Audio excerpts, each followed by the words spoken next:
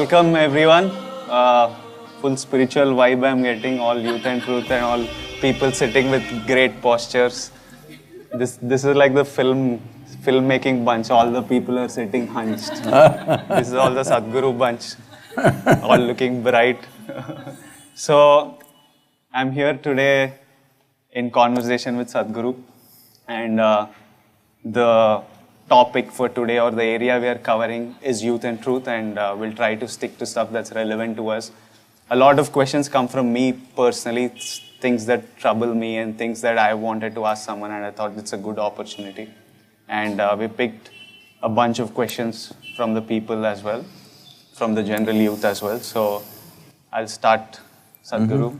First of all, welcome to Hyderabad. You must have come several times before, I'm not sure. But I came here many times even before you were born. Oh yeah. He was already telling me he's been doing this since 37 years. But I already know he likes Hyderabad because he was appreciating the Hyderabad traffic police. He was like, these guys are good. So first thing, Sadhguru, I think I feel like I probably am a polar opposite of you, because I'm extremely flawed and extremely confused. I think I might have a multiple personality issue happening. I hate giving advice. Sadhguru gives a lot of it. Really? Yeah, I hate giving. No. I never give advice to anybody. Not I've taken advice from anybody. Oh, you've never taken as well? Because I've never took advice, I never give advice. Okay. So there I've gone wrong. And I think a lot of issues, like I blame human nature in general for a lot of our misgivings. And I have like lots of doubts, questions, fears. And usually like you're drawn to some sort of people.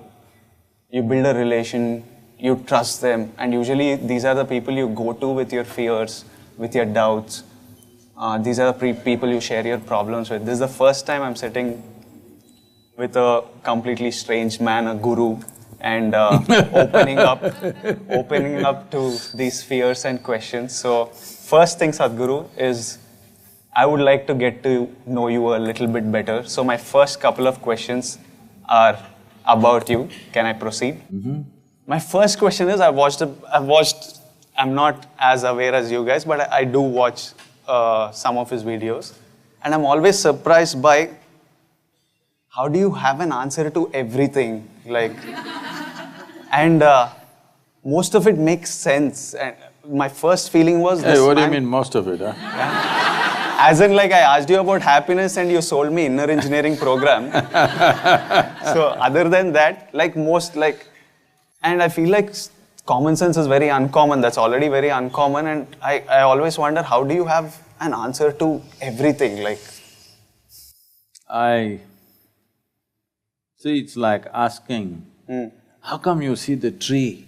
How come you see the people? How come you can see the camera? How come you can see ant and bird? Okay. No, I just got eyes. But I can see these things, but I don't have an answer to everything. No, this is… suppose a person who doesn't have eyes asks this question. You can see a tree also, you can see a bird also, you can see an elephant also. No, I don't see all those things. I just have eyes and it sees everything. Okay. So I basically need to open… Yes, to bring that clarity. If you have clarity, whatever you see it the way it is.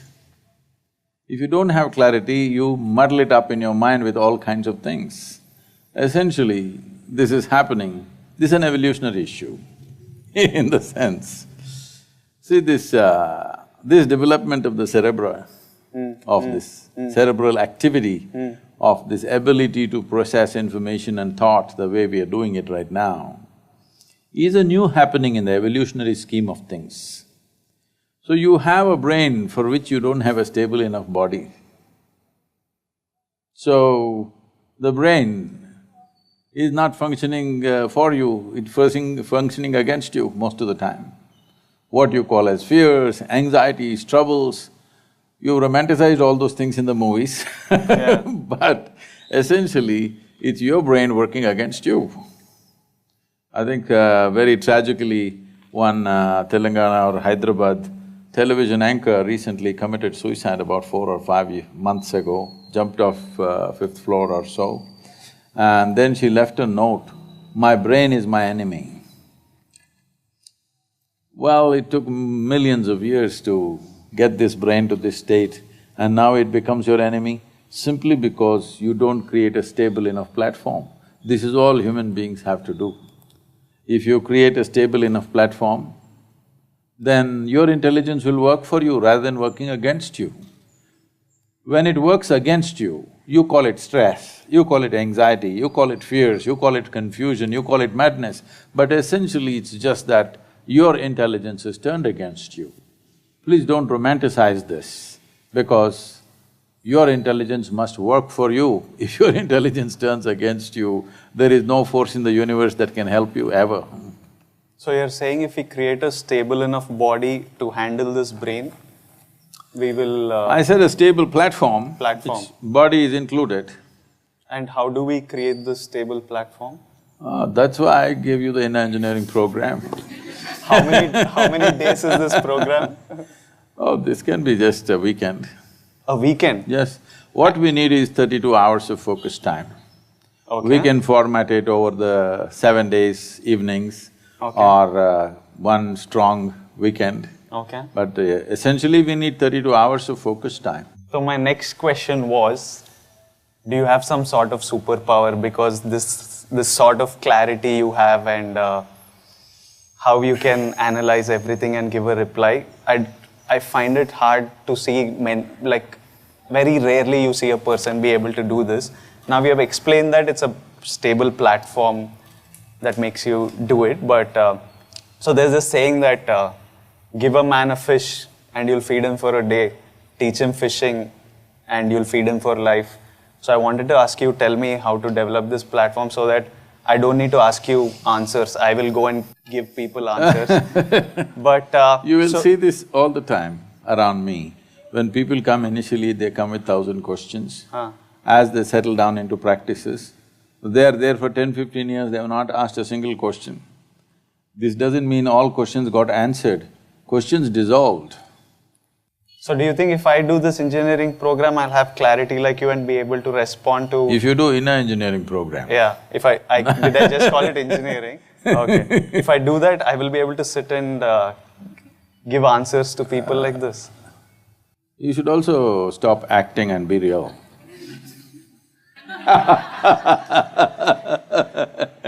I'm real. Okay. But can you make it clear to me? Because I really want to sit yes, and… this also can grow. Okay. And you don't have to do anything. If you don't meddle with it, it'll grow. Okay. My next question is, I am the person I am because of various things that happened in my life, the decisions I've made, how I've faced, events happen in your life and how you react to them is how I've become the person I am. I'm wondering what happened to you in your life to make you the person you are today. What is it that happened in your life that made you take this path even? Or why you're sitting there and I'm sitting here? Maybe if those incidents… I think we have the same kind of chair, just to make sure. Why you're giving the answers and I'm asking the questions? Because you have questions. Why do you have the answer? I'm asking, what is it that happened in your life that turned your life in this way? I asked all the questions that you're thinking of now, and a millionfold more questions when you were… much earlier than you, and invested my life into those questions. Did not ask those questions casually. Did not go and ask somebody else, what about this, what about that? Questions bothered me, and I realized, just listening to the chatter around you, none of them have a clue about anything. So, I invested my life into the questions. And you found your own answers? I did not find answers. My head became empty, even now. It's totally empty and clear. So, if you go and stand in front of a clear mirror, whoever comes, Whether konda comes or mountain comes, it will show. So does it mean to say the mirror knows the konda and the mountain and the elephant and the man and the woman who stand in front of the mirror? No, it's just clear. So right now you're just empty and that's what gives you this clarity, yeah? See, when you say empty, see, it's like this. You have a much smaller beard, but you're trying to pull it. No, it's just a habit. When is the shooting? And there's maybe in a You need month. it little longer? Is it the reason why you're pulling it? No, it's just a habit, but I would love it to grow to that level. No, why I'm saying this is, our hands or our body can start doing something compulsively. If it becomes very compulsive, then people will say it's an ailment. Otherwise, people will say it's their personality. So personality is a mild ailment. When it gets very strong, people will say, oh, he's gone crazy. Yes? So, when the same happens with your mind, people think it's natural, it's not natural. Mind has become compulsive. Compulsive thoughts, compulsive emotions are happening. People say, this is my personality, this is how I am. This is not how you are. You have become like this accidentally. As you said, various situations and push and pull of life does this to people. So this is a choice that a human being has, that you either become an accidental person or a conscious person. The significance of being human is that we can be a conscious life. Why we're in some way better than other creatures is not because we're more competent. No, a monkey is far more competent in catching a ball, throwing a ball, whatever, you name it. In terms of strength, we are not comparable to other creatures. Only reason is we can live consciously. We can do everything that they do, we do the same things, but we can do it consciously. So if you cannot conduct the process of your mind, emotion and body consciously, then it becomes accidental or compulsive. That is not the way a human being should go, especially you being an actor. If you don't have a personality of your own, whatever person you have to play at that moment, you could be a total that person, rather than becoming a personality yourself. Because personality means a mask, essentially. In the Greek drama, the word persona meant a handheld mask. Those were days, there are only 3 actors, but there are 10 characters in the drama. So these 3 guys will take on different masks, hold it and do those dialogues. This is how the drama was done.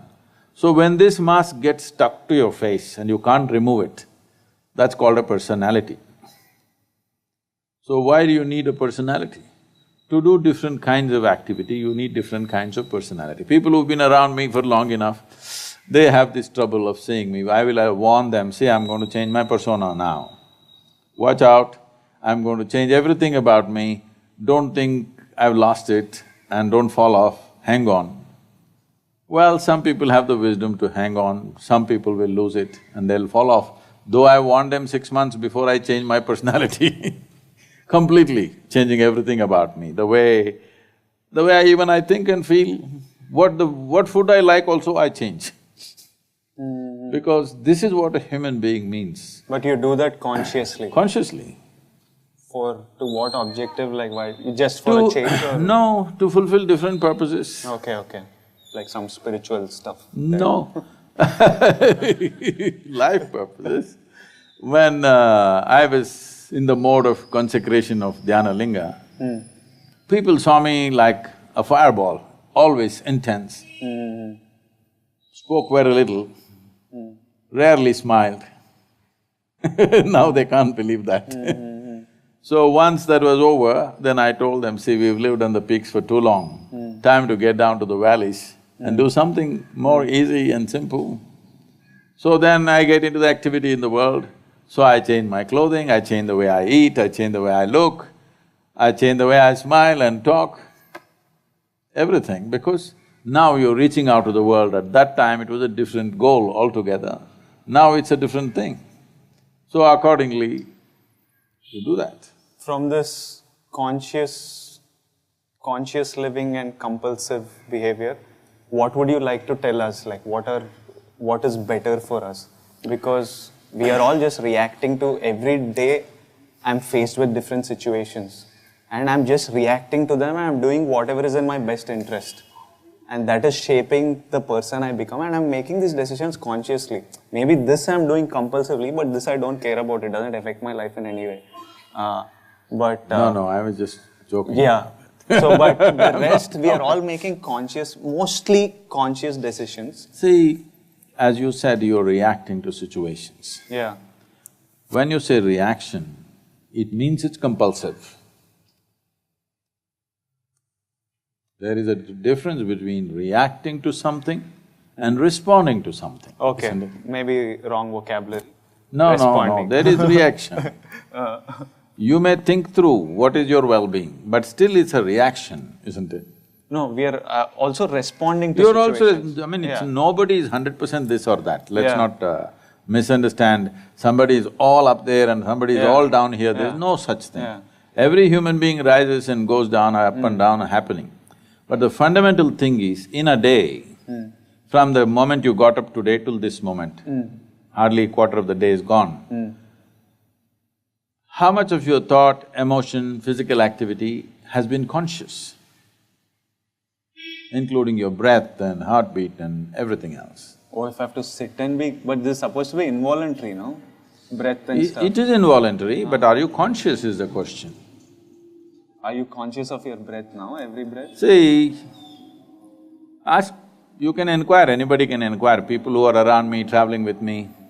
Have they ever seen me doing any exercise? Do you know in the car while we were driving, you would do this with your moustache? No, yes, that is because today it is all little flared up and before I come to the camera, even now I am doing it. In Tamil Nadu, some television… This is also conscious, it's not like me. No, in Tamil Nadu, some television channels are using… Because this is always a problem because I've never cut these things. Okay. So I have to do this before I go in front of the camera. Okay. And now one Tamil Nadu channel uses a promotional where I'm doing like this. Okay. And they projected it in a completely different way. I'm like challenging the people like this. I'm not challenging anybody, I'm straightening out my mustache. Because if I do this or this, it can make my very face look different, like this. So instead of cutting, I'm spending little time on doing this, not separate time when I'm driving. No time wasted. So now I'll move on to the first question. From beard to… From beard to… It's actually quite a smooth transition, but I think this is the most important question that's bothering the youth today, and it's not only our nation, but across the world, everyone's wondering how to stop hair fall. Like, I don't… do you have some solution to this, Sadhguru? I think a lot of us would sleep better. Like, see, so many of them… People tell me, these hair care products or the amount of money spent on hair care products on the planet is much bigger than what's spent on education. Whoa! See how much we are concerned about our hair. See, I think you must learn from this tree, see how it's growing its hair. It's lucky that it's growing, for us it's falling. I think my effort is to shift their focus from their hair to their head. Okay, so we still don't have a solution for hair fall. Right now it's about the head. Well, if you keep the head cool, the hair may not fall. May not. Well, generally not. Okay. Why did your hair fall? Oh, because my hair… because for years, for almost 8 years or so, I wore badly designed helmets. Oh, you're a biker, no? Okay. Literally 18-20 hours I was in a helmet, and helmets were not well designed, they were sitting here on the top. They should be holding here, but they were sitting on the top. And I've never cared about my hair. It doesn't bother you? There's no hair care. If it's gone, life becomes so much simpler. You don't even have to carry a comb with you. Right now I don't have a mirror with me, but I don't even need a comb if the hair goes off, no problem at all. So Sometimes I'm searching for a rubber band, so all those problems will go away, I have no issue. So if you have hair fall, relax. As long as you've got a head, problem. working head, as long as you have a working head, why are you concerned about the hair? I'm an actor, so I'm concerned mostly people for… See, if you lose your hair, you can wear whatever kind of wig you want. No. So I've divided this question session into certain categories so that it's simpler. So, the first category I've kind of called it life, just random miscellaneous questions. So Sadhguru, one thing I've thought about is I don't know much of life that's past me, that was there before I was born. I don't know of a future after me. I know of the life I have. So I wondered if the purpose of life is to just live and to live it fully according to my whim and fancy. Because this is one thing I know I have with me. So my question is was I right in thinking that the purpose in life is to just live it fully? 100%, live it fully. But living it fully does not mean party every evening. Living it fully means, before you fall dead, you must explore all dimensions of life. Nothing that's possible for a human being should go unexperienced. If you're talking about living fully in that sense, you're on the dot. But later on you added according to my whim and fancy. That's a problem. Because your whims are not yours, they're social fads. Either you're doing what everybody is doing, or in reaction you're doing what nobody is doing. That's not the way to go towards a full life.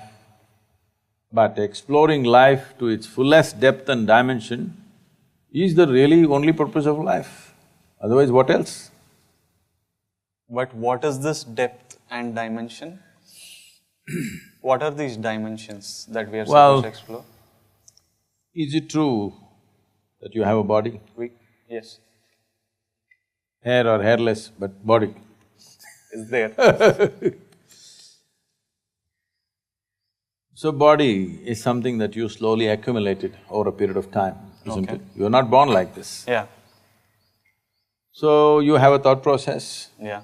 The content or the data for this thought process, also you accumulate over a period of time. As you say, many things that happened to me, decisions I made, what I did and did not do. Emotions also accumulated. Yes. What you accumulate can be yours, cannot be you, isn't it? Okay. This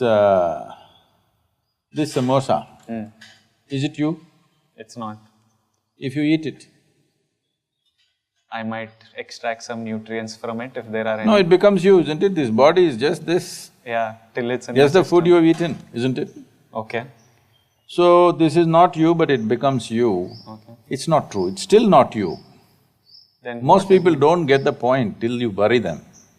When you bury them, they understand the body was not me.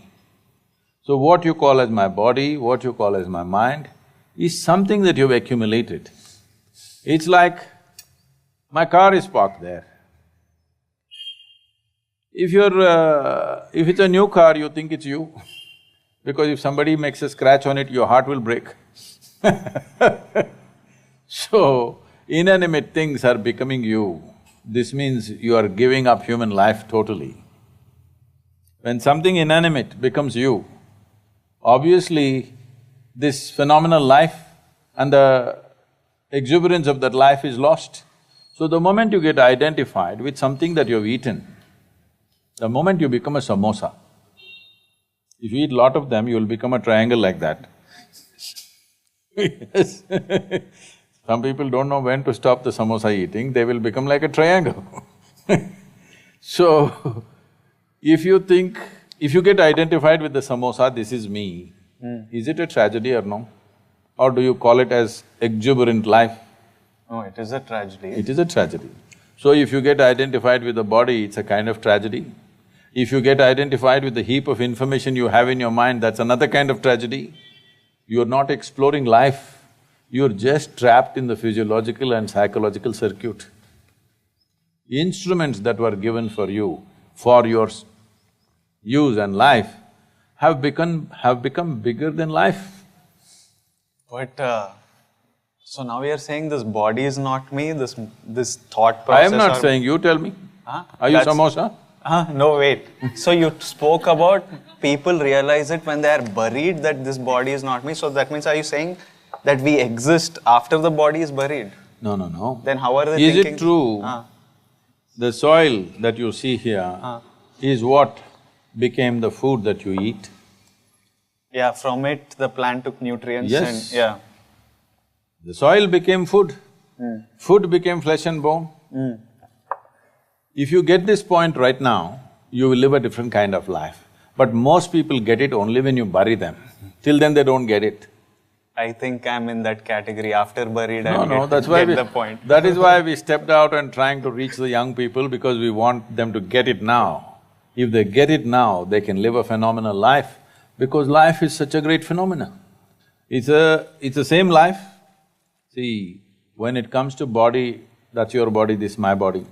This is my mind, that's your mind. Correct, correct. But when it comes to life, there is no such thing as my life and your life. There is just life. The tree is also life, the bird is also life, you're also life. The very cosmos is a living cosmos. You just captured some amount of life. That is what life is supposed to be. Life does not… See, today when people say, my life, you're supposed to understand, they're talking about their career, they're talking about their relationships, they're talking about their car, they're talking about their home, they're talking about their dog, they're talking about something else, the accessories of life. These are all accessories of life, including your body and your mind. The life is the most precious and the most phenomenal thing happening here. But that is not even in your experience. What are you talking about living life completely? Yeah, because this body and mind is a thing we know, we can see, we can experience and feel reaction to this life you're talking about. I don't know what it is even, none of us See, know. that is like saying, I can't see the air I breathe, so I will live without the air. That's what we did. That's why all the cities are so badly polluted, because we thought we cannot see the air, it doesn't concern me. When you suffocate, it concerns you, right? So I can feel it when I'm suffocating or… This also, take a deep you will breath. also feel it when life is exiting.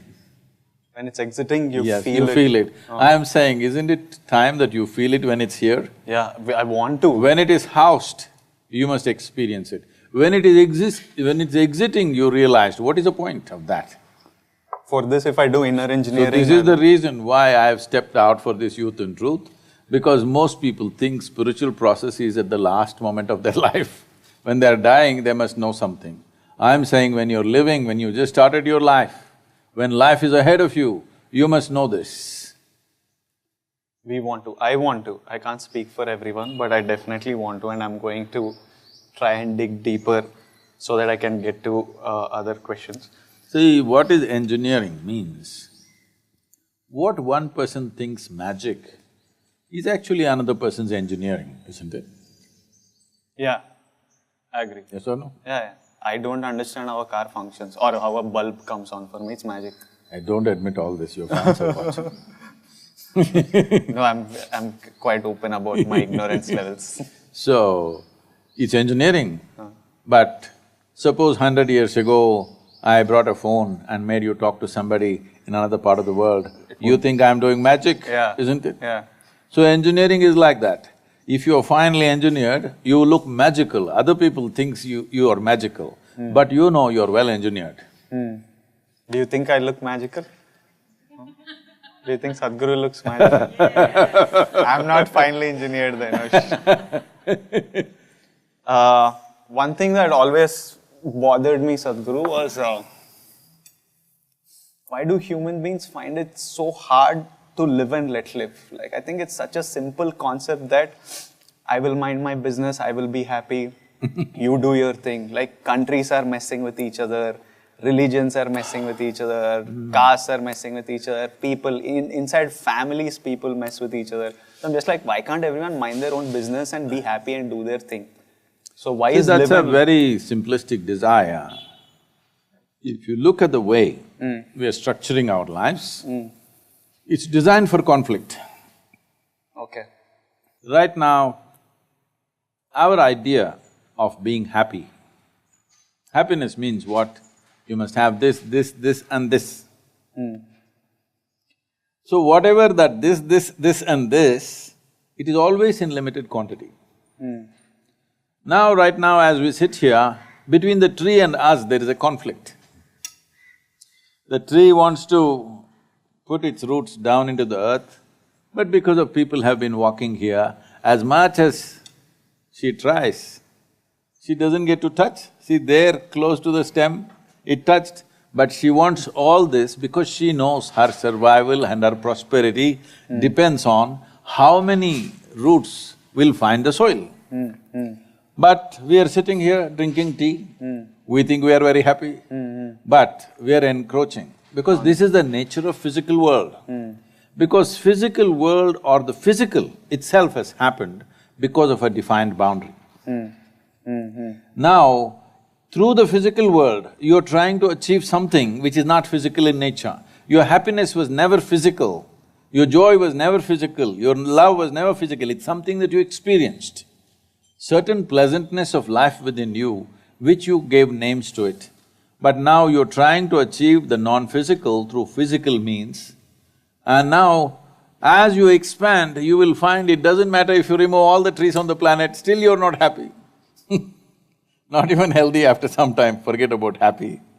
So this is always happening. Once we relate our experience of life to what we have and don't have, now conflict is inevitable because what you can have is always limited.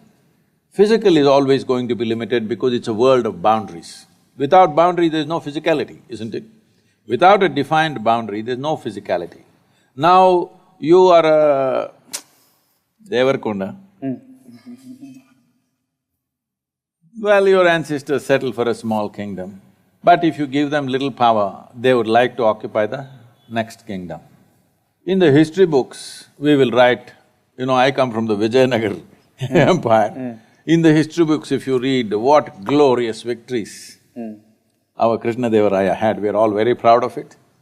But victories are never glorious, that's what the history books say. Victory is shameful, brings a whole lot of death, injury, widows, orphans. This is how victory is achieved always in a war, isn't it? Yeah. Because those who won write the history, they will describe it as glorious. Yeah. But those who lost, Misery. usually those who lost more people, more wealth, more misery, everything. Yeah. So, when we are looking at it this way, that our happiness is in having more, then conflict between individuals, conflict between communities, conflict between nations is inevitable. So this is why spiritual processes become important. This is why do you think I'm coming and meeting all this, all of you film stars and business leaders, all kinds of influencers, is because we want to make spiritual process the mainstream. Spiritual process does not mean looking up, looking down. Your experience of life should transcend the limitations of physical. Something beyond physical, if it's your living experience, you will see and you will do your physical to the extent it's necessary, not to a point of conflict. So you're saying because of limited resources and greed… No, because of limited experience. See, right now your entire experience is rooted in body and mind. Yeah. Physicality, isn't it? Yeah. But physicality wants to expand limitlessly. If you want to expand limitlessly, see, just ask anybody. Right now they have a little property, they want to make a little bigger property.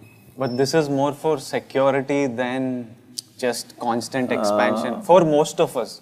Like I can make a bunch of money with what I'm doing, but I know that I just want like maybe 2 houses and 1 car. Why does one man need 2 houses? For my parents. That's okay. Yeah.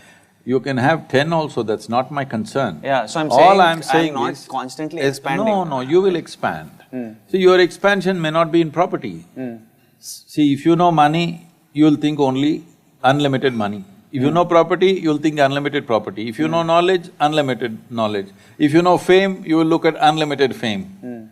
So, whatever your currency may be, but you can't stop human beings from expanding. So, how much expansion does one want? If I make you, instead of Devarkonda, I'll make you the king of this planet, will you be fulfilled? No. Because you will look at the other planets, you look at the other galaxies. As in, first I'll say I don't want to be king of the planet, I don't… No, I'm not planning to make you. Suppose we make you the king of the planet, immediately you will look up, what about the moon? What about the sun? What about the galaxy? This is the nature of human being, because human being wants to expand, nothing wrong with it. It is just that wrong means is being employed, in the sense, you want to expand limitlessly, but you're choosing the dimension of boundaries to expand limitlessly. Okay, so you're saying… What you're seeking is boundlessness, but you're seeking it through boundaries of physicality. So unless your experience of life goes beyond your physical self, this is how it'll always be. Conflict is inevitable. But then this is something most of us will never end up doing. That is why we are saying, why this effort right now to touch the youth, to touch the world, is to bring what is called as, in Tamil Nadu we said, Orusattu Anmikam, one-drop spirituality. Spirituality does not mean you have to take sannyas and walk on the street or do something else, sit in a temple, this is not what it is. Within you, your experience is little more than body and mind. Something beyond that has become a living experience for you. If this one thing happens, you will naturally function consciously. This compulsive need to expand will go away, because once you touch a non-physical dimension, then you're boundless.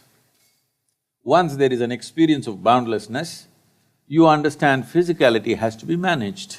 In this world, we have to make space for the tree, the ant, the bird, the elephant and the other people also. Not as a philosophy, but as a living experience. This is all coming from some sort of greed and expansion. I wouldn't use the word greed. This is longing to expand limitlessly, which is essentially a spiritual desire finding physical expression. Wrong means, it's like you're driving your car but you want to go to the moon. If you try very hard, you will be in Hussain Sagar.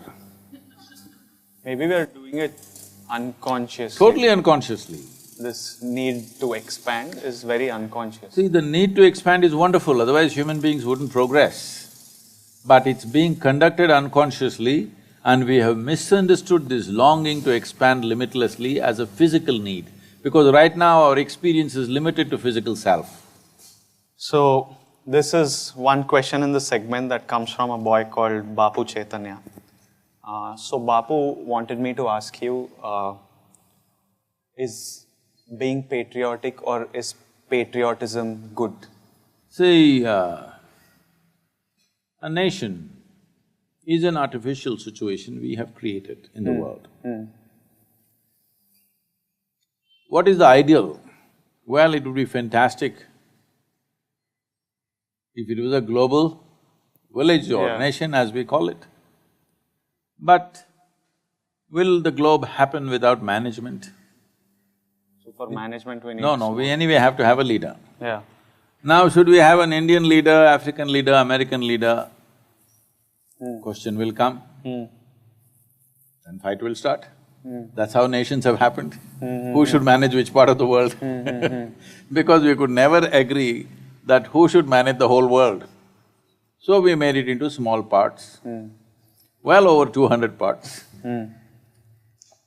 Well, we could strive to make 4 or 5 nations in the world instead of 200 nations at some point. Now European Union is there, similarly we can make an American Union, an Asian Union and make just 3 or 4 nations.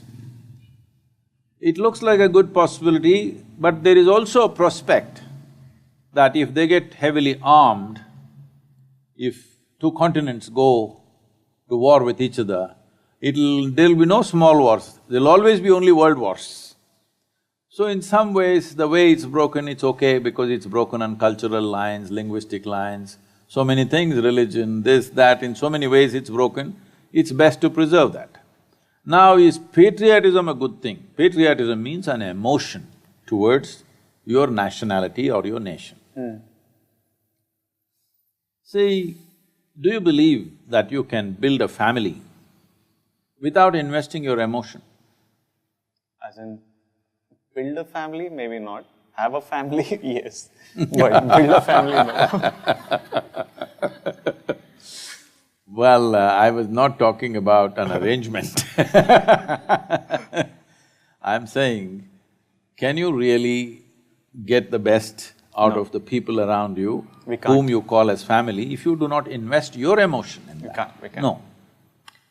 So when you can't build a nation of 4 people, family is a nation of 4 people. If you can't build a nation of 4 people, how are you supposed to build a nation of 125 crore people without investing emotion in it? Is this emotion ultimate? No, but it is an immediate need. And a nation is the largest amount of humanity, volume of humanity that you can handle right now. 125 crore or 1.25 billion people is a world by itself. So do you need emotion? Yes. This emotion must be graduated as a nation grows into different levels of evolution. Right now, we have a nation where over 400 million people have not eaten properly yet. Even today there's a report in the newspapers saying that the World Health Organization says the most underdeveloped children on the planet are in India. We are not dying anymore, but we are underdeveloped. Skeletal system is not growing fully. From first day, they have not eaten properly. The necessary nutrients are not there to develop a full-scale human being. So we are creating underdeveloped humanity, which is not a small crime, it's a crime. This crime is on all of us, all right? This crime is on all of us that our children are all stunted. We have the maximum number of stunted human beings on the planet right now. When it's like this is not a time for debate whether we should invest our emotion or not.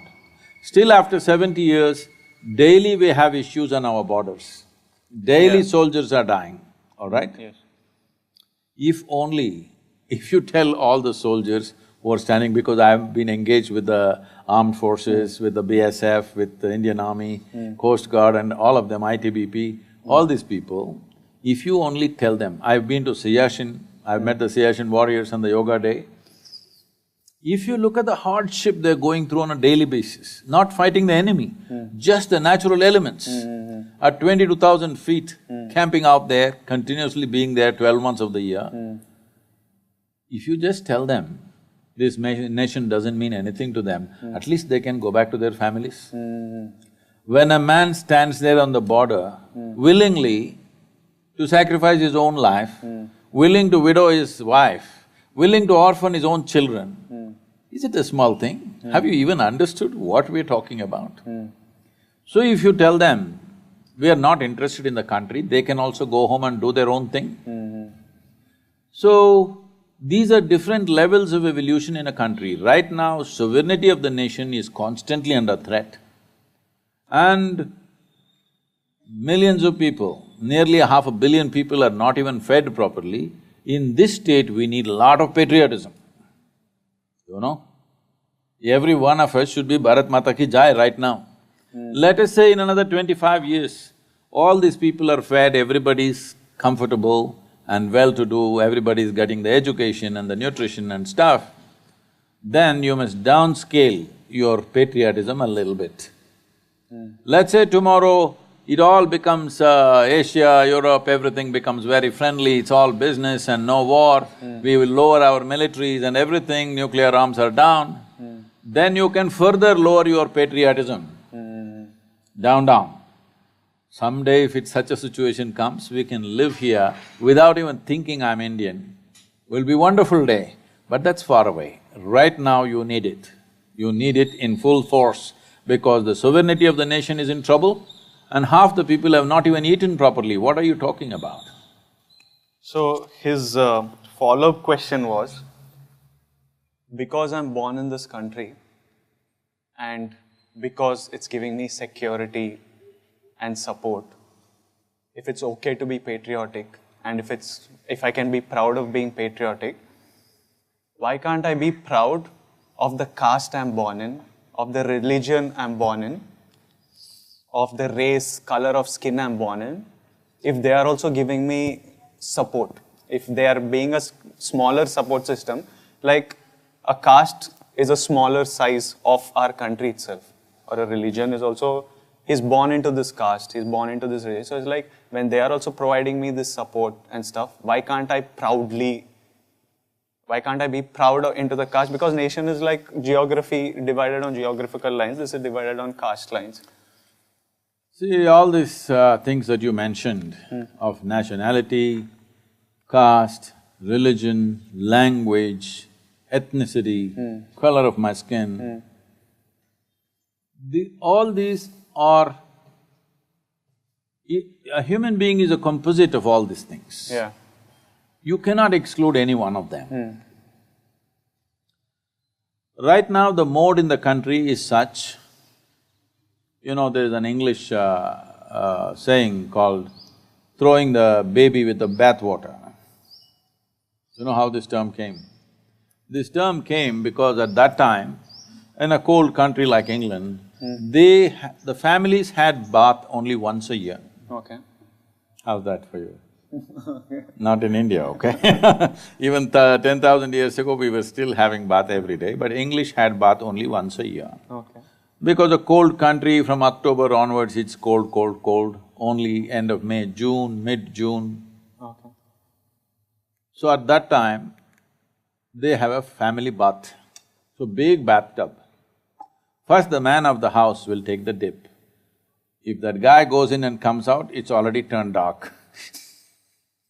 Not because he lost his skin color, because 1 year of muck. Yeah. Then all the men in the house go, then the women go, then the babies, children and babies go. So it happened sometimes that there are so many children and everything, they put them in this big tub which is murky, you can't see anything. When they want to throw the water out, some babies got thrown out. This entire thing of carrying a bride carrying a bouquet came from this culture because the bride smells so bad. She has to have a flower bouquet, otherwise you can't go near her. This is all This is the fragrance of the flower made her attractive. Otherwise, she's quite… because she's gone into the tub after all these men. Oh, after all the… So, we are throwing the baby with the bathwater. In this culture, the caste and creed was created as a transference of knowledge and skills. Yeah. Because we understood in those days that whatever skills a father has, he is naturally prejudiced in favor of his children. Yes. So he will teach it in a best possible way to his own children. Yeah. So the family traits and culture always went like this. Yeah. This is the only reason Caste. why those who want their children to be really educated send them to Gurukulas, away from the family, where there is one man who's risen above his identities of blood and he is going to teach the best to their children, but the rest of the skills, simple skills of carpentry or blacksmithery or whatever else is needed on a daily basis, this was transferred only through the family. So they maintain this close thing. A blacksmith's family means they eat in a certain way as it's necessary for their type of work.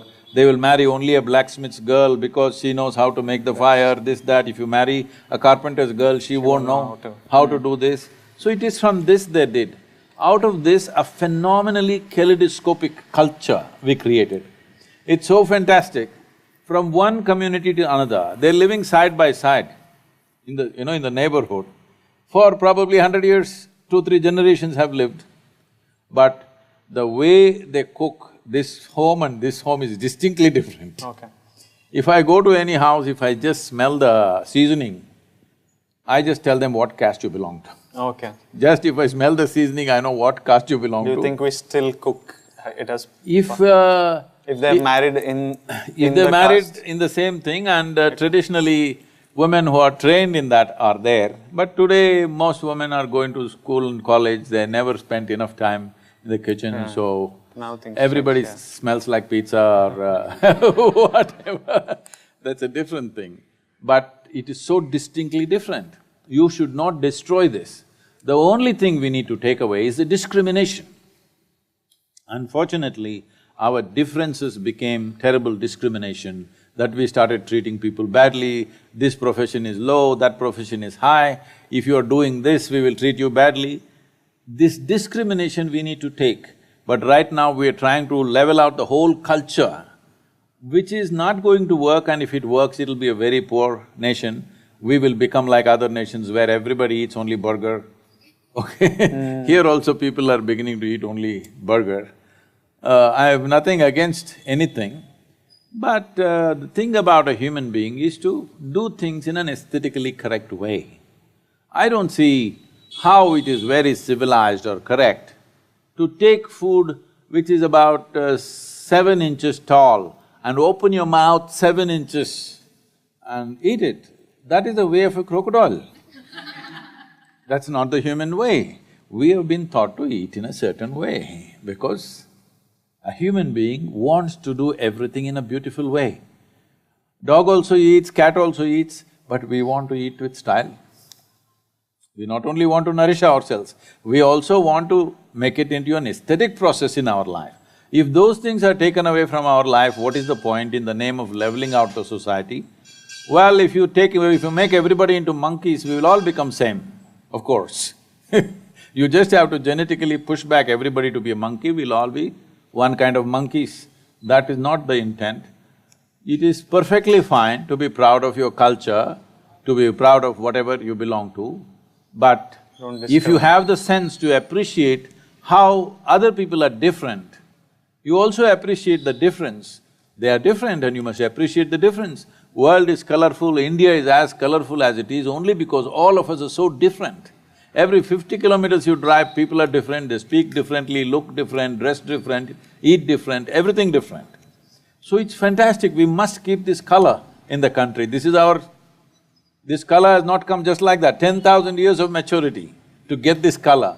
We should not destroy this colorful nation by believing in some kind of a silly, leveling out business.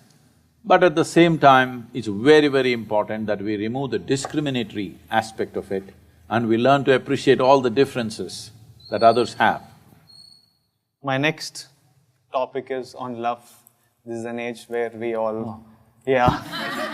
where we all fall in love and we all love to love and we all love being loved. So my first question is, all you need is love is a popular saying, and I've been told by people that like, money is not the most important thing, love is more important. If we have love, we can be together, we can be good. But I come from a school where I'm like, dhanam moolam idam jagat. I'm like, what will I and you love, and if we don't have money, what will we even do?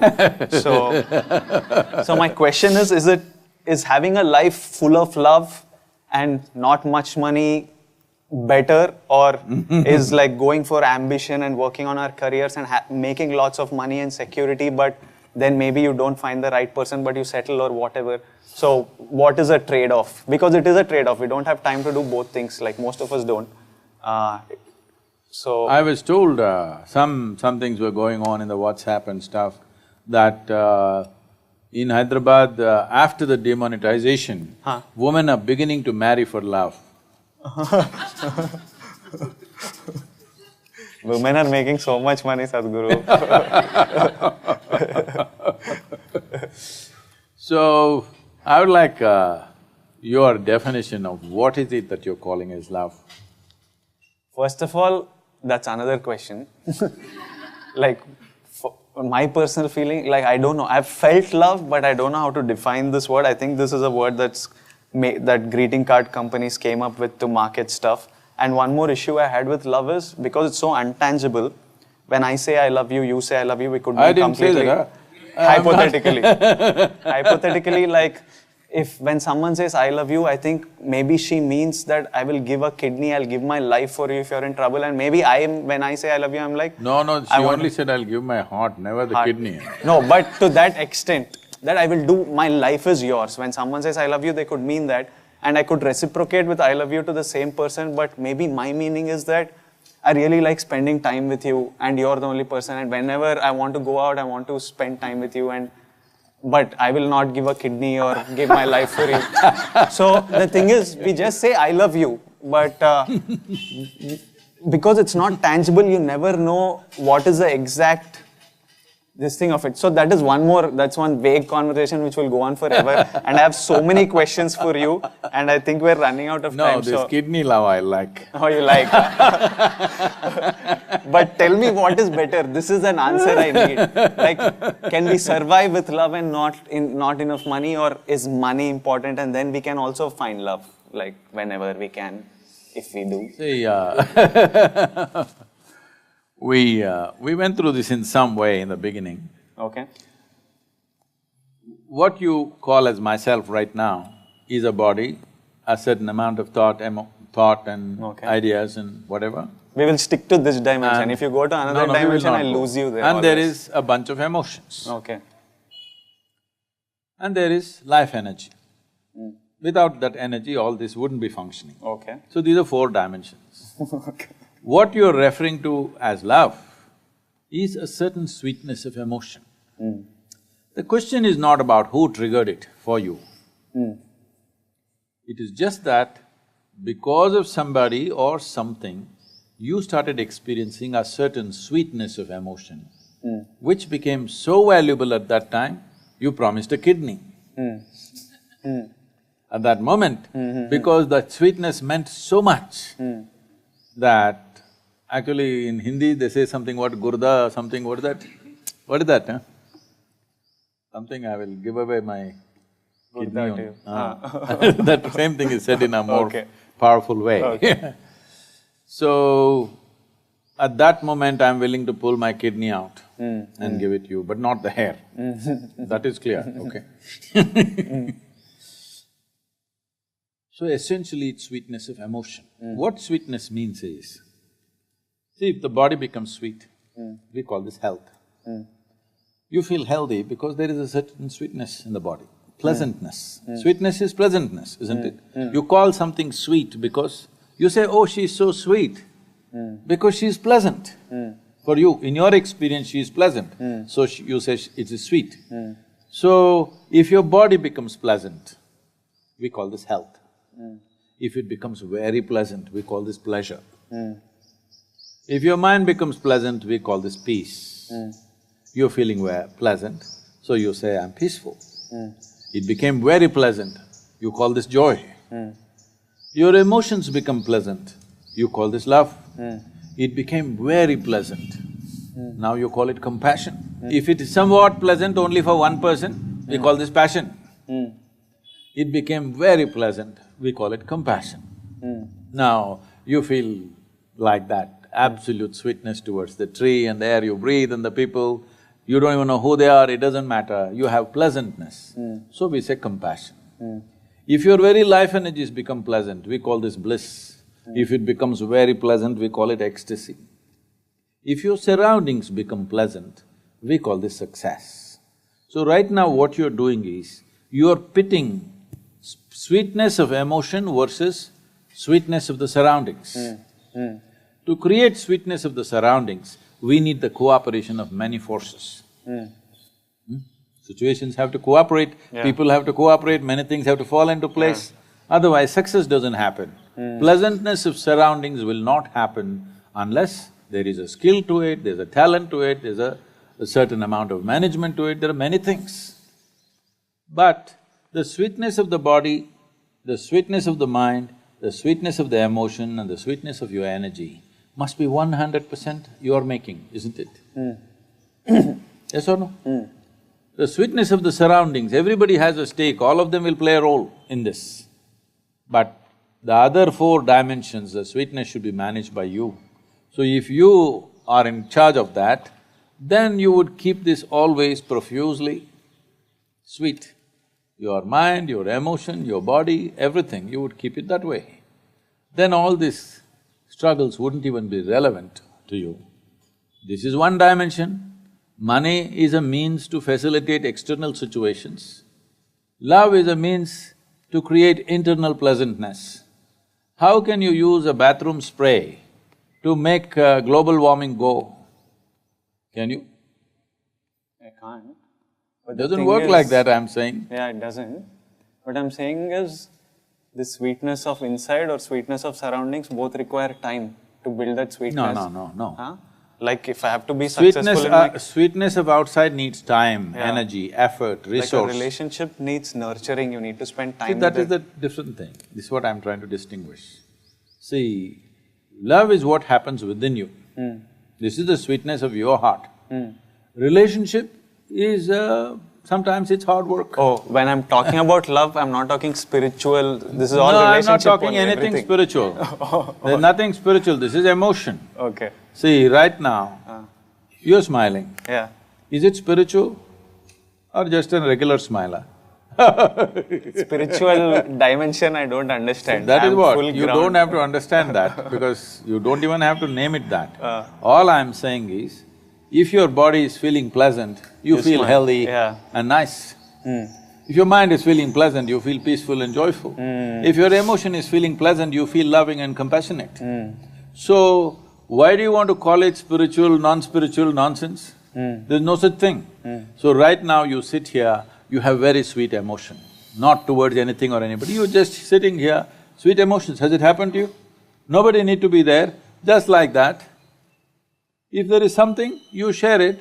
If there is nothing, you can sit here with a very sweet emotion. Now relationship is hard work. That is external success. You have to build it, you have to manage it, there are many aspects to it.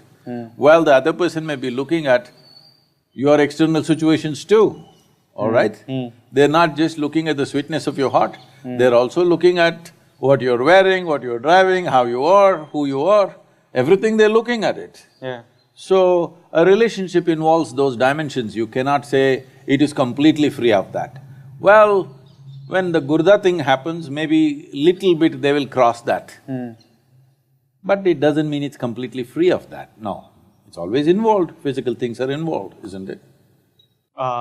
This sweetness, what did you call love? Sweetness of the heart. Sweetness of your emotion. Sweetness of my emotion, if it happens with 2-3 people, then… It cannot happen with 2-3 people, it can only happen within you.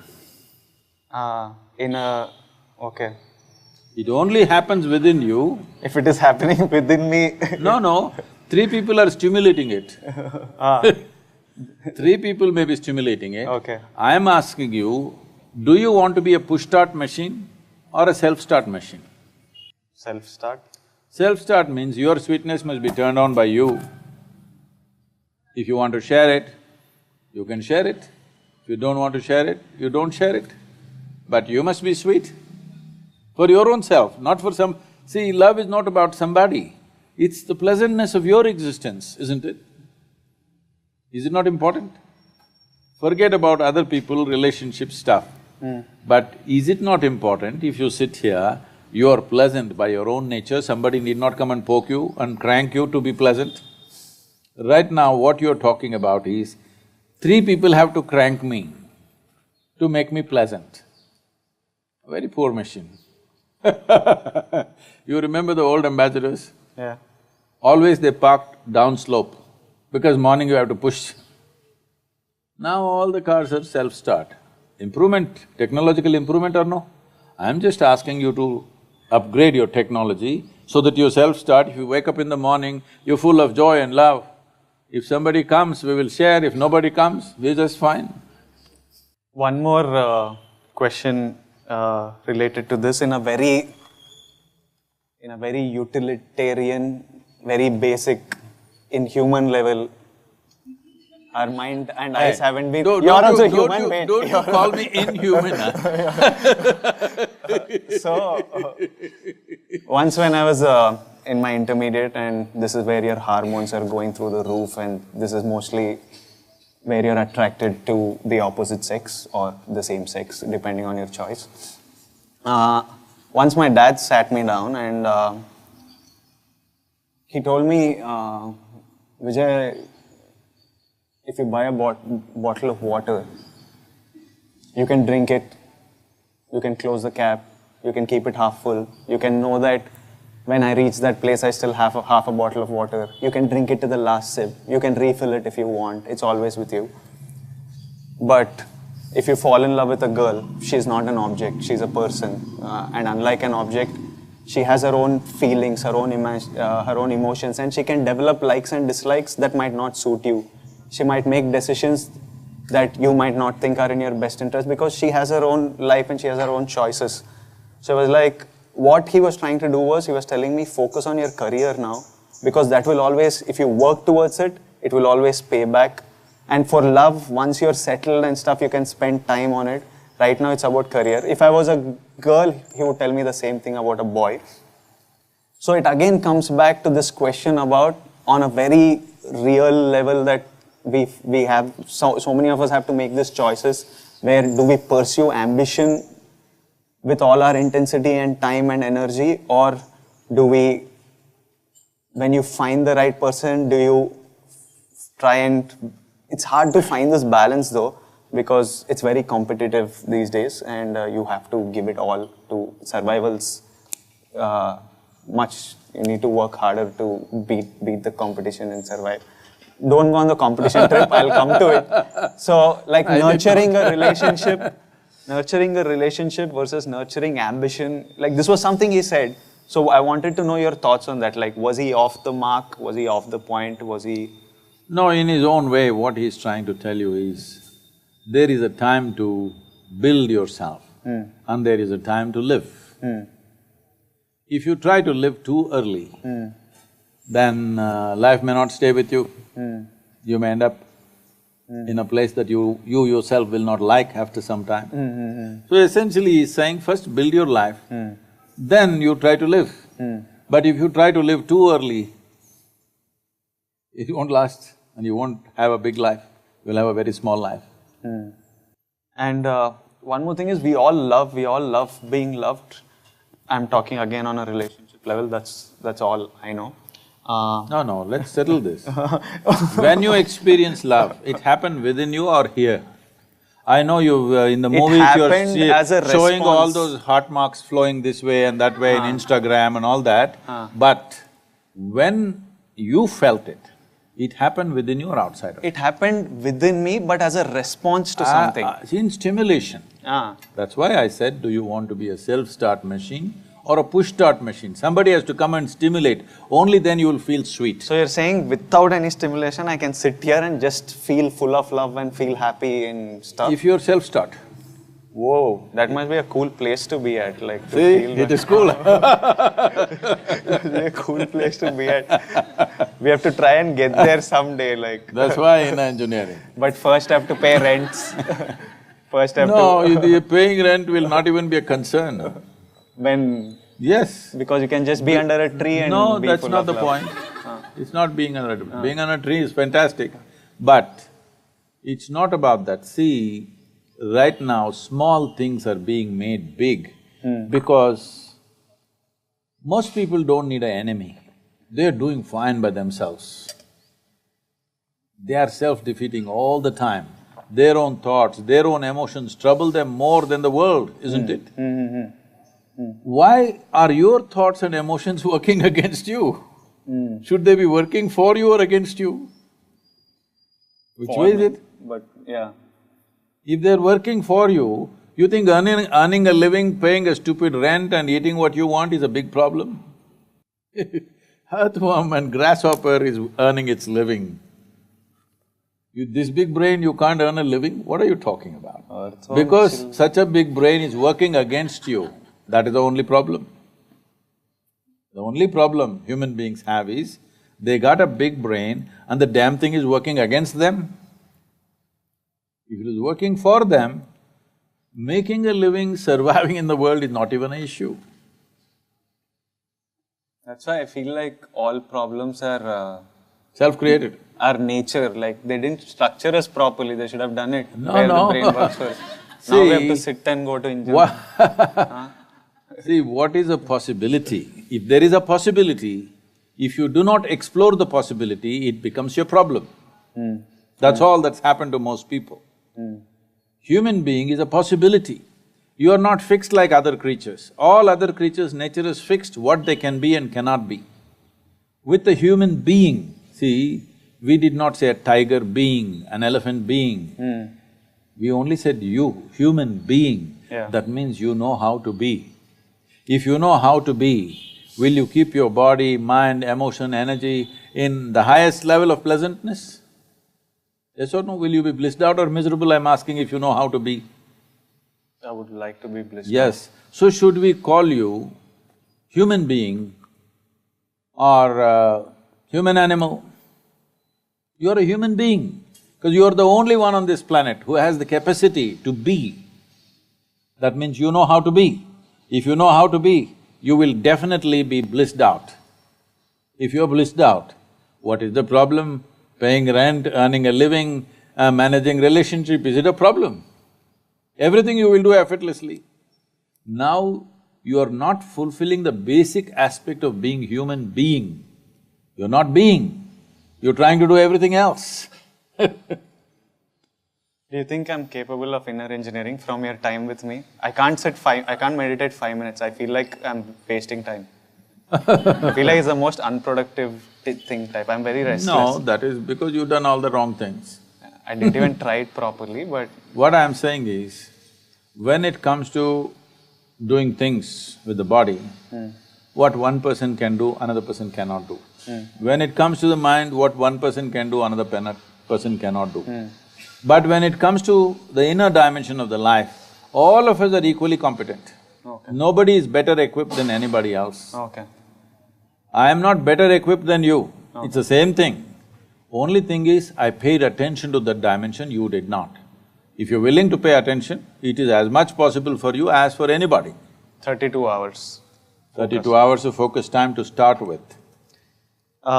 So my next question is, Shakespeare once said… You missed out, focus time. Yeah, I will…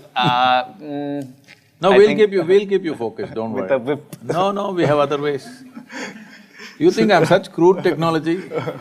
Whatever This is makes very it high-tech. function. This is very high-tech, no whips, no torture. We have other ways of doing it. Like, I would love it if you just like touch something and it'll happen.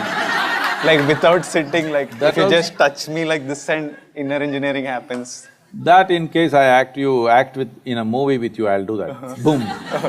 And you can act. Find some way, no, Sadhguru, you found answers to so many things. Find Yes. one way to shorten this 32 hours. Focus time. We have, for certain people, we have shortened it much more. Okay. But generally, for most people, 32 hours. Okay. You must understand, normally in engineering, in ancient times, used to be 12 years. Oh. One solar cycle, 12 and a quarter years you must stay with the Guru. From 12 and a quarter years, 32 hours I have made it. Good job. If you feel reduce it reassured. any further, it'll become ridiculous. So, Shakespeare once said, everybody's somebody's fool. In the… what it means is that always in life, there's someone who loves you more than you love them, and there's always someone you love more than they love you. So, a lot of people I've met are in situations where they have to choose between the one that loves them or the one that they I thought love. that happened only in the London society, it's happening in Hyderabad also. Here also, everywhere it's because now we are meeting a lot of more people, I interaction, understand, but why exposure. don't you pick the one that you want? Why are you in the wrong place all the time? Pick the one that you want. No, you are saying you love somebody, but she loves somebody else and… That's how life is, no, So unfortunately. that is because you're making all the wrong choices, obviously. No, but it's nature. It's not nature, do not… It is. Do not make… Haven't you all met someone who loves you more than you love them and who you love more than they love you? Sometimes there is love both ways. No. You just tell me in one line what is a better. Stay with the one who loves you more or see, the one you want to be. this is not a prescription. All I'm saying is, why are we continuously going this way when we want to go this way? If you want to go this way, please go this way. You want to go this way, you go this way. Now it is one Now what B. you're… I'm like, which way? What you're asking is this better or this better? Yeah. There's no such thing. No direction in the world is better than the other. No person in the world is better than the other. If you put your heart into something, it becomes wonderful. It is not the best thing. It is just that for you it's wonderful because you invested your involvement. But from there, if they don't invest, gone, no, Sadhguru? Like, That gives you a lot of freedom. So you're just saying hit and trial method, like go No, for no. it. No, I'm your saying energy. that gives you a lot of freedom because you experience love and they don't, and they won't bind you. It's very wonderful. It's not, Sadhguru. It's not at all wonderful. Because you are looking at a transaction. Transactions, you have to use your brains, not your heart. Okay. So there you have to think what is best for our future Yes, and… if it's a transaction, in transaction you have to use your brains. You're talking about a love affair. So there you have to use your heart. In a transaction, then you must use your brains. My next topic is one of the most controversial, but it's religion. Does religion serve any purpose, Sadhguru? Like in these times, like is there any purpose to religion? So you must understand this. In the East, in this culture, in India, we don't have a religion. We've never had a religion. Dharma, just… Dharma means a law. We have laws. Right now, to drive on the street, there is a law. Between husband and wife, there is a dharma, a certain kind of law. You must maintain those things, otherwise, however close people are, things will go bad if you don't maintain certain things. Between father and son, there is a dharma. Between the king and the praja, there is a dharma. Like this we created. Of all these things, we said, these dharmas have to be debated in every generation and be amended and amended continuously. But there is one dharma that you do not amend. This is called as Sanatana Dharma, that means the eternal law. Sanatana Dharma does not mean a religion as it's being claimed today. It means an eternal law. What is an eternal law? Physical is always transforming, evolving, changing. So that cannot be an eternal law, you have to fix new laws. See, there was a time, suppose with an axe, within half a day if you can bring down this tree, you would be a hero in this village. Because just clearing the tree was such a big feat. Yeah. But today if you bring down this tree, if you as much as bring an axe, we're going to arrest you and throw you in the prison, all right? So now the dharma has changed because the situation has changed. When it was a time when the entire region was forest, to build your home, to build a village, if you could knock down a tree and make space for people to live, people thought you were a hero. But now if you cut the tree, you are the enemy of the people. So dharma has changed. So we said all the dharma should change, but one thing should not change, which is the eternal law. What is the eternal law about? A dimension which is not physical. Again. For that, there is no change of laws. Okay. It is the same law. Okay. So this is called as Swadharma or Sanatana Dharma. So the knowledge or the dharma of the self beyond the body is Sanatana Dharma. So that is what we valued most because that is permanent. Rest of the things are changing and evolving. All this culture got disrupted because continuous invasions for 1,000 years. Everything got disrupted. People who are repositories of this knowledge, everything were killed and all kinds of things we've gone through. Let's not revisit that. But essentially, whether you take Hindu way of life, Jains, Buddhists, Sikhs, nowhere there is a God. There's no God. All the people whom you worship are people who walked this geography at one time. Yes or no? In Telangana and Andhra Pradesh, there is history of Rama walking down to Sri Lanka and again walking up. People celebrate those places where he sat down, where he stayed for 2 days, where he did this and that, so many things. They were all just spreading this dharma or… No, they were just living their life. Okay. Unfortunately, their life occupied them with so many tragedies, kidnappings and wars and stuff. But I'm saying there is proof that they walked this planet, they walked this country. Okay. We worship them because they showed that they had something in them which would not change no matter what kind of drama they went through. Wars happened, kidnappings happened, death happened, all kinds of horrible things happened in their life. but they were free from it. So because the highest value in this culture is freedom or liberation, which we refer to as mukti, if you listen to the conversations of your mother or maybe your grandmother, in daily conversation, without uttering the word mukti, moksha, karma, prarabdha, there is no conversation in this country. Yes or no? Every day, not spiritual conversation. Daily conversation, if they sit down and stand up, they'll say, yo, karma, prarabdha, mukti, moksha, when will I get mukti? This is the talk always, because the entire country was invested towards liberation, not God.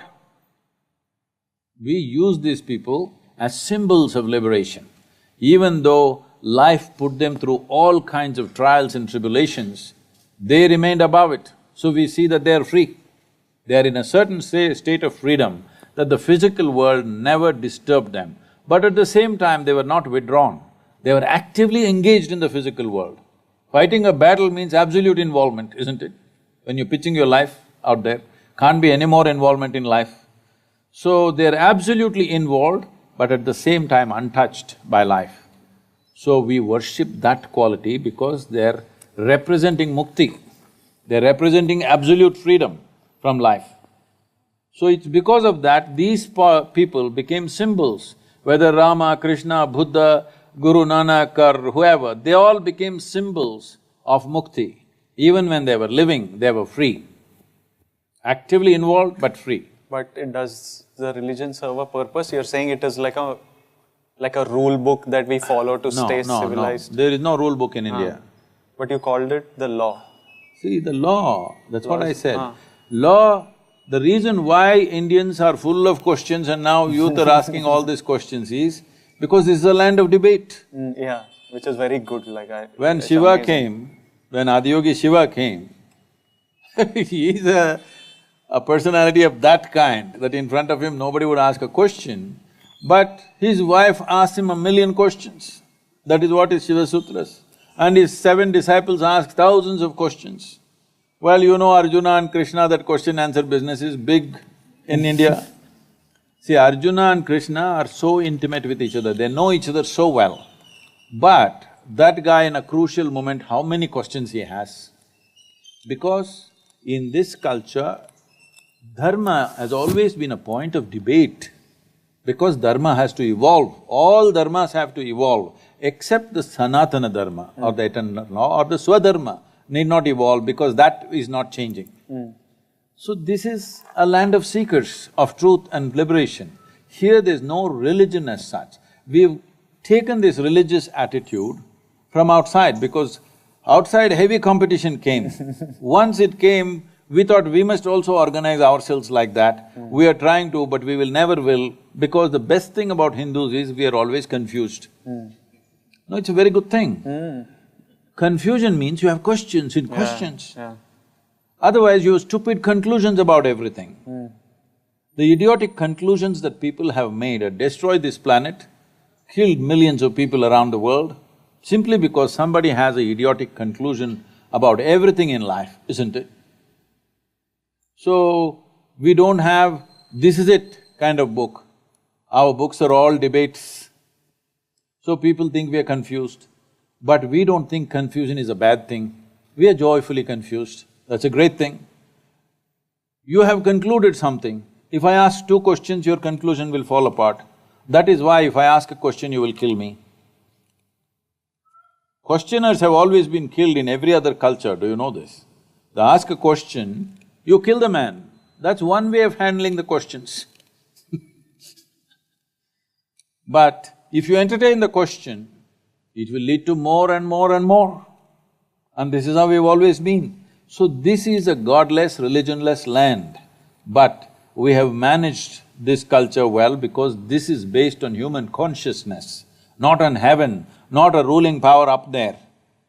Here we have always managed humanity by activating human consciousness. We told you, your life is your karma. What this means is, your life is your doing. Nobody managing it from anywhere else. Essentially, this whole movement, what I'm calling as inner engineering, is a movement from religion to responsibility. This is where we need to go.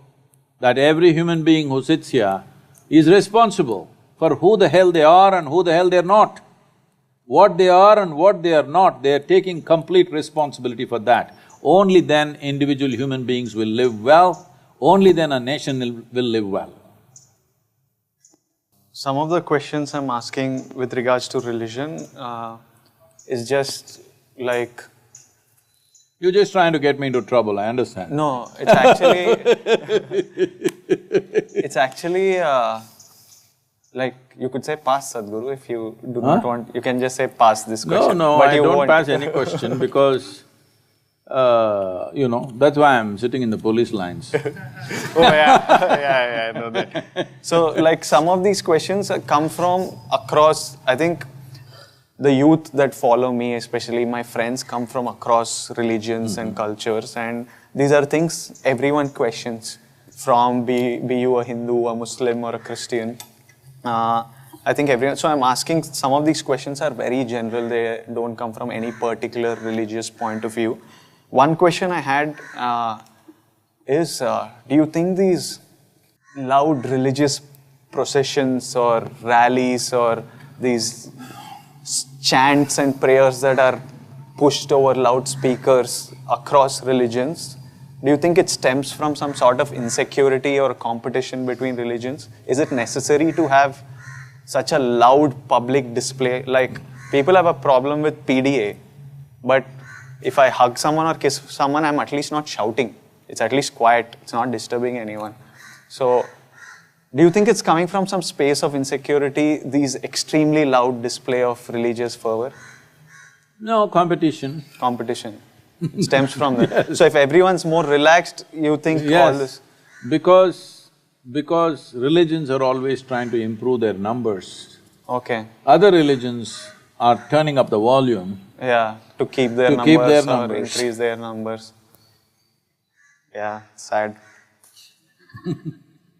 If people, especially those people who believe all life is made by God, I don't see why you have to strive to make me belong to your God, because anyway you are saying your God only created me. I will also accept, okay, your God created me, all right, then leave me alone, no. Anyway I belong to your God, He can take me back whenever He wants. But now I think… I'm not resisting.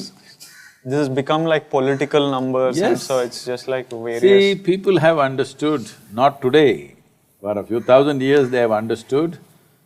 It is not only after democratic governments came they have understood, even before they understood, numbers is power. Okay. So it's a power game. They would like power beyond politics. You understand? It is not about transformation, it is not about liberation, it's about power, enslavement of people. Since I was growing up, and now we are in the Ganesh Chaturthi season of the year, it has always been like after Diwali, it was my most favorite festival, because in school we would make these chariots, take a procession, and it would be celebration, we would all enjoy it. But once I grew up, I wondered, once I came to the city and saw the amount of clutter it creates, I always wondered, it's a social celebration, we celebrate together. I wondered why one big Ganesha for the entire city, like a Jagannath Yatra or something for example, why can't we all have one at home and then just the entire city celebrate together with one, instead of making 3 every street, and then it has one domino effect of polluting, because people are careless. It was not meant to be this way probably when it started, but now that we have made it this, do you think like a rule passed by the government that one Ganesha, it would have political repercussions, so no one will dare do it, but doesn't it make more sense? See, we can do it at some point. That… see, right now, in many cities, it's been made like this. For example, Diwali crackers. Everybody is supposed to come to one big ground in the city, and all the children come there and burst their crackers. Instead of bursting it all over the place in certain towns and cities, it's slowly being cultivated. Not 100% mandatory, but it's being pushed in that direction. Don't burst crackers all over the town. Everybody assemble in one place and do it. The next step would be, like in United States and other places for their, July 4th and stuff, they have major firecrackers. Suppose the city itself sets up 1 hour long, big, major, spectacular firecrackers, then people will come and watch. No, I don't think our thrill is about watching it as much as the adrenaline No, from that is holding what it I'm on saying. hand and throwing. See, the thing is, all the dum-dum ones, they can do it in their home. Okay. Children like to do it. Oh, we thoroughly enjoyed it. I will not deny to the children of this day that they should not burst crackers because somebody thinks pollution. If we are polluting with crackers, next 3 days, let's walk to the office. Compensate for Yes, it. Yeah. that's all. You can't take away every aspect of culture using pollution. I think it's a very motivated push that certain people are doing, which is not right. Coming to the Ganesha, it's very much a possibility. But maybe one will not work for the entire city when a population is like So huge. 15 million, 20 million people. One may not work. Probably for every area or every 3, 4 extensions, maybe a population of 1 million, one. So if you have 15 million population, 15 Ganapatis, they all come to one place and in one big procession they go, the entire town participates in that, would be fantastic actually. It is a direction in which we have to push. We made some attempt. We have done this with Pongal in Tamil Nadu. There are 4 days of Pongal. There's one Pongal for the implements and other things, there's one Pongal for the people, one Pongal for the animals which work with us in the farm, and there's one Pongal for reaching out to people, our neighbors and everything. So like this, there are different Pongals. So these 4 days, everybody is doing in their own way. Now we've done this in our ashram, we invite thousands of people to come, and together we are giving them an open field in the ashram to cook there openly, and it's like a big festival, we organize music and folk dances and everything. So people come in thousands and celebrate their Pongal there, instead of each one doing in their own home, because slowly they don't know what to do. All they do with a festival means just eating. There is no other celebration. Nobody is there to organize music, folk dance, this all used to happen in the villages. But now we are organizing it in the yoga center so that people come there and participate. Things like this can be created in every town in open fields where big celebration happens, organization and talent, display, children can participate, which people cannot do by themselves individually. Definitely we need to think in that direction. We should maybe push Hyderabad first in that direction, why not? We should, if they don't screw my happiness for bringing this up, No, we should. This is why you must do inner engineering, that nobody can mess with your happiness. They can maybe sabotage the activity, but they cannot mess with your happiness. People keep asking me, I keep unleashing one project after another which involves massive outlay of finance, activity, people. People say, Sadhguru, all this one after another you're doing, suppose it fails? If it fails, what to do, huh? If everything fails, I will still die blissfully, but I don't want to die without making an attempt to create what we want to create. Because nobody can mess my happiness. You come, we will fix you up, so nobody can mess your happiness. Once this one assurance is there in you, nobody can take away my joy. You will do many more things in life, isn't it? I don't know, if I'm just happy all the time, maybe I won't do much. No, tell me. You tell me, on a certain day you're very happy. On that day you're willing to do more, or you're unhappy. On that day you're willing to do more. I'm mostly happy when I'm not doing anything. That's not the point. See, that is because of excessive work. One day when you get a break, you think like that. Yeah. But you tell me, when you're happy, you're willing for more activity. Yeah, you're more energized and you can… You're willing to bend backwards and do what's needed, isn't it? True. When you're unhappy, we can't make you take one step. True. Point. Actually, true, no? Very true. 100%, huh? So we'll fix up your happiness in such a way that nobody can mess your happiness. Let's get the Ganapati thing going in Hyderabad. Yeah. One more thing I was wondering was, because Ganapati is such a huge thing, I was wondering, and all the people are very excited and passionate about this, but one day I was thinking, if instead of having a whole Ganesha statue and taking this procession and music and dance and the celebration, what if culturally from long back, from when it started, it was about these 3, 7, 9, 11 days, you clean your locality, clean the city. Do you think people would have participated in the festival as much if it was about cleaning rather than an easier job of taking See, up? that participation was there when we were rural communities, because everybody knew everybody.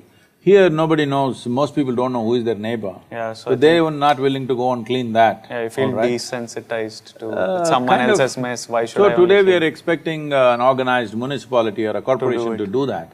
So we don't have to get into that. But even if people can just get together, culturally come together, irrespective of their caste, creed and religion, that itself is a great thing. That is cleaning up the society, not the streets. And in that we can always bring, after the Ganapati festival, after the procession goes, the street should be cleaner than the way it started. Not that after the procession goes, it's a heap of filth. That awareness if we bring, it's good enough. Yeah, we have to try. I think they've been trying it over years to do more. No, they don't know how to do mass movement. You tell me, if we… I don't have the time right now, but if I stand up, we can easily do that. We should try and do. Isn't it save like a… Everybody keep one small Ganesha at home. Yeah.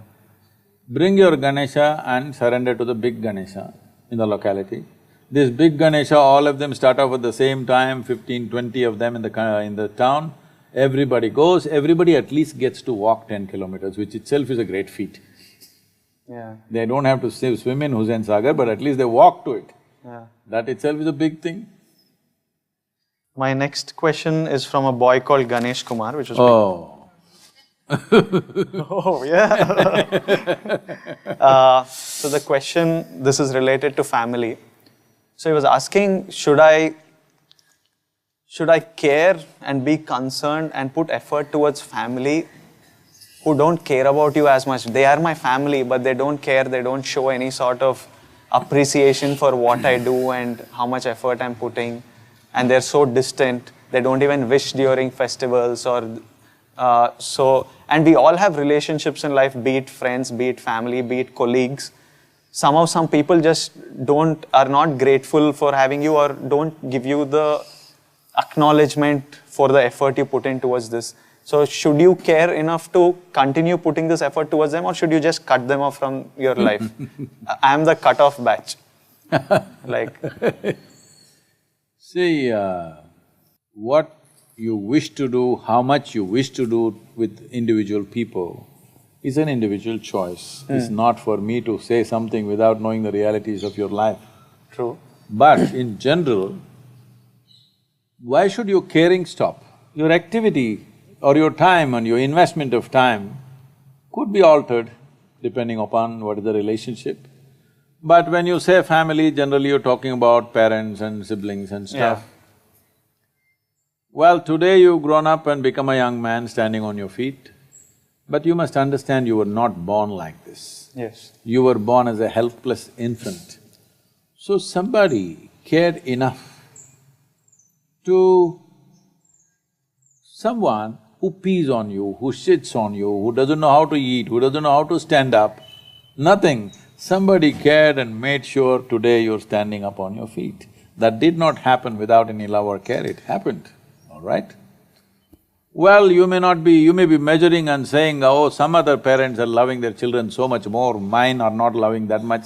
This is a silly way to look at it, but they've made you stand up on your feet. If you have no love for them, at least have gratitude. If you lose your gratitude, unknowingly, in some way, you're kind of forsaking your humanity. Not that only if you're grateful you'll be human, that's not the point. But gratitude is a simple way of keeping some things alive within yourself, sensitive to contributions that come to your life. If you lose that, then you'll slowly become absolutely reckless and careless about everything, which is not a good thing for you. Forget about them, it's not a good thing for you. But this applies to parents, I understand, because when you were helpless like one animal, they brought you up and… but Oh, I to didn't know you were siblings, born as an animal, I thought… I think that babies are pretty much animals. They piss everywhere, poop everywhere, cry, bawl. So like kids, I think, are pretty much animals. As you grow up, I think you become smarter and cultured. But a whole lot of people say, I want to be like a child. I think they mean like in their school. In their school where they're just running around and everything was taken care. But I was asking you, like what you said, definitely we should be grateful for the people who brought you up, but what about siblings who didn't offer so much to your growth, or friends or work colleagues, for example? See, relationships, any kind of relationship, if we are straight about it, as you already mentioned once in this conversation, it's a kind of a transaction. Yeah. No transaction will continue for long if it is just one way. Yeah. In some way, both the parties have to benefit, only then it goes on, whether it's market or marriage, that's the reality. Yeah. Only if both the parties are benefiting, transactions will go on. Yeah. Otherwise, transactions will cease. Yeah. So for this, you don't have to think, I want to cut off, I stop caring. Why? If transactions don't go on, slowly things Die down by themselves. maybe not die down, maybe absent for some time, somewhere you meet them and boom, once again you can hug them for some time. I'm saying relationships need not be thought in terms of, okay, it's over, I'm going to cut it off. This is a silly way of doing things. When transactions don't work, slowly, so far, that's how it is. It's a wise way of handling life. My next… Otherwise, when you cut relationships consciously like that, I'm going to cut it, you will turn friends into enemies. What is that for? Enemies need a lot more management than friends. Yes. Okay. So, once I knew I was doing this and it was Youth and Truth, I decided to put up an interactive message so that I get representation from the youth as well and get some questions to ask you. A lot of them asked about Atma, some about happiness, and there was a overwhelming amount of messages coming, especially from Tamil Nadu, that were asking about the issue of land grabbing near your ashram. And I know that this question has been asked several times and I think you have even given an answer, but there is still a feeling that land grabbing has happened, and I don't know where this is… I don't know the truth about any of this. I'm completely ignorant. I haven't read the actual accusation. They did not talk about the kidneys? Kidneys, no. Kidney grabbing, they didn't talk. Kidney grabbing, no.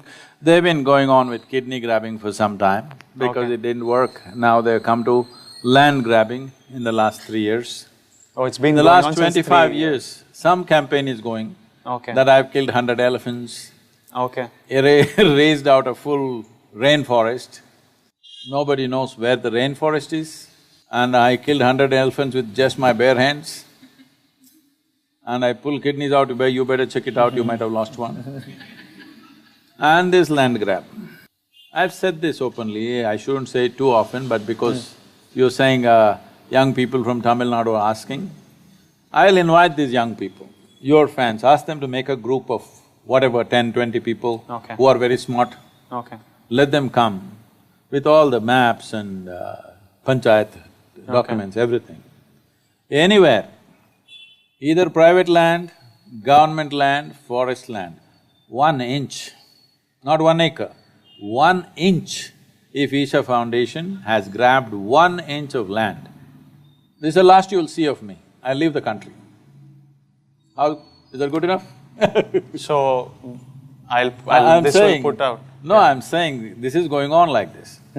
People said, they campaigned, they made videos of how elephants are dying in the ashram, okay? All animated videos were made. They said full forest was removed. Then we put out the Google Maps. The land was not in our hands in 2006, it was somebody else's land. Later on we bought it. From 2006 onwards, there are Google Maps. We put out the Google Maps, it shows it's barren land. No vegetation. No.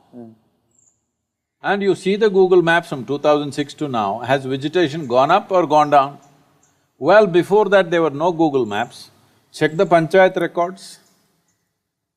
All the survey numbers that we own today, just check the panchayat records from 1994, since we own these lands. What were the crops before 1994? Was that forest? Was it even trees? Or was it crops, dry crops mostly?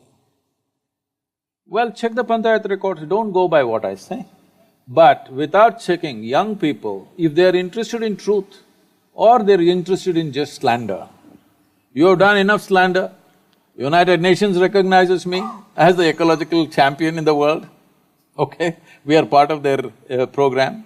We have the highest ecological award in the country, Indira Gandhi Paryavaran Puraskar. Wildlife Trust of India says that not an inch has been taken. Forest Department in Tamil Nadu says there is absolutely no encroachment. Ministry of Environment and Forests says there is no encroachment anywhere, nor are we in any way obstructing any wildlife. In fact, we've blocked all the hunters and others and sandalwood cutters and everybody, so we've made enemies, of course. We made enemies from vested interests, and they're going on for last 25 years. Young people must be interested in truth. I will open all the records. Panchayat is there, forget about my records. I'll open the gates of ashram for you to come and stay there for a week and investigate everything. Talk to all the agencies concerned. If 1 inch is taken, only 1 inch, if it's taken, I'll leave. Is that good enough for the young people? Have all these been put out, the Everything UNESCO, is there on the website. Okay, oh, all the documents, Yes, everything awards, is ecology. there. This just goes on, simply because it's a motivated media. Anonymous media on the social media thing, they just go on saying the same things. So if they're genuine, if these fans of yours are genuine youth concerned about the ecology, concerned about justice in Tamil Nadu, please let them come and investigate whichever way they want. I'll open the entire document segment, it's all digitized, our documents. We'll open the entire thing, you can look at it. Then go and refer to it in the panchayat documents, that is also reasonably digitized. If there is any encroachment, please show me. All agencies have found there is no encroachment, and above all, am I interested in a stupid piece of land that you have? This is because certain people want access to the forest and we are sitting there as a block, because it's at the tri-junction. Tri-junction? Tri-junction means 3 state borders are there. Okay. There is certain activity going on. It is those people who are carrying on this campaign endlessly. And why, ask the police. Ask the police what all they've been doing, because they want access to the jungle. Because it has resources? No, they have their own other agendas. Okay. But if there is a really interested bunch of kids who really want to know and they can spread the word… I'm telling you, I will get right in touch. now I will keep you as the contact. I will… If there are 10-15 people, sensible people who have some knowledge about this, want to come and examine, I'll do it. But after that, you and your fans must openly speak, this is absolute rubbish. They will, these 10-15 and… Please. Yeah, they will. Please do that, no? Yeah, if there are interested It will people save a in lot of time and energy for me answering this idiotic stuff all the time. Yeah. I think we could have done… If this wasn't an issue, we could have done one other question instead of this. Life is going waste because it's going on like this, the same thing.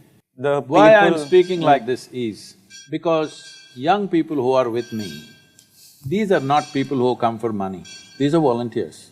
They came in their 20s and they worked hard to build this entire thing. You must come and see what we have built. In the world, it's one of the unique places that we have built on the planet. People are coming from across the world today, and it's appreciated everywhere in the country. It is on the Incredible India campaign, but these people are unhappy. I will tell you to what extent they're prejudiced.